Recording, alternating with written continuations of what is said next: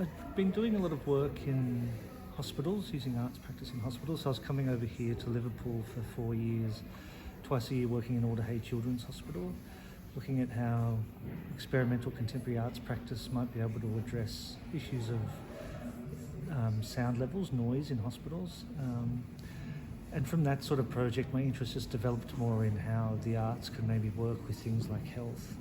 And I gave a presentation about that work back in Australia, and somebody from the facial nerve clinic came and approached me afterwards and was telling me really interesting things about facial nerve paralysis. And the thing that really struck my interest and made me accept her invitation to go and have a look there was when she said that people with facial nerve paralysis have trouble expressing emotion on their face. And I thought, well, what must that be like? If you can't express your emotion on your face, that must be really tricky.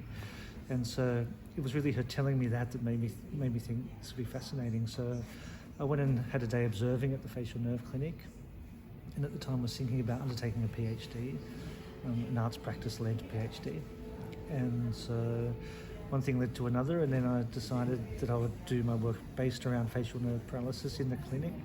And with my enrolment is in the Faculty of Medicine and Health, but I'm there as an artist.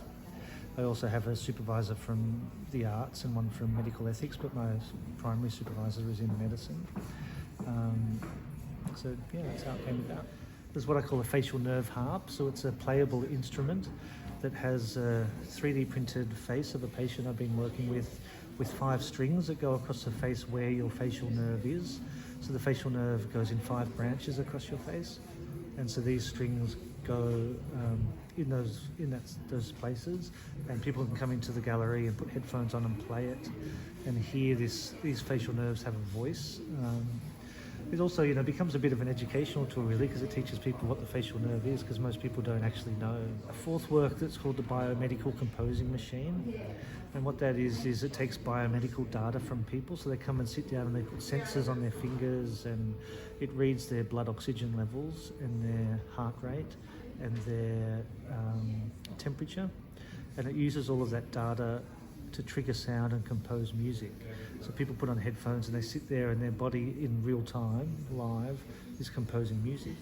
And so people have some quite profound experiences there. We've had, a young girl who came in here with a primary school group, and she sat there for 10 minutes just silent and quiet, listening, and her teacher ran over saying, "She's a hyperactive child, I haven't seen her calm in 4 years." Then we have these 2 works in the space that are sort of growing over the 3 weeks that we're here. One is some photographic work that's taken from, we do 3D scans of people that come into the space, and we look at their wire meshes. So a wire mesh is the geometry of whatever you scan, so in this case of somebody's head and shoulders. And so we show them the wire mesh, which has hundreds of thousands of little mesh points that maps all of the geometry of your face, and looks quite beautiful. They're quite sort of mesmerizing the way they look. So we let people select, an image after we've scanned them, and then we print them and we're adding them to a wall, hoping to get probably just under 1,000 while we're here to cover this entire wall of these images. And then finally there's a more advanced 3D scanning process that we take people through, and to be involved in that, what people have to do is look at all of the artworks, and then I conduct an interview with them that's recorded, and they take anywhere from 10 minutes to an hour and a half depending on the people, and we talk about their response to this work. We talk about their experience and their opinions on things like how the arts can work with health, and we talk about their own face sometimes, and how it's not only people with facial difference that sometimes feel uncomfortable placing themselves in the world. And then I scan their face with a much more expensive scanner, and then 3D print them, and then attach them to the wall, where we're hoping to get around somewhere between, I'm not sure yet, somewhere between 60 and 80 faces I think we'll get.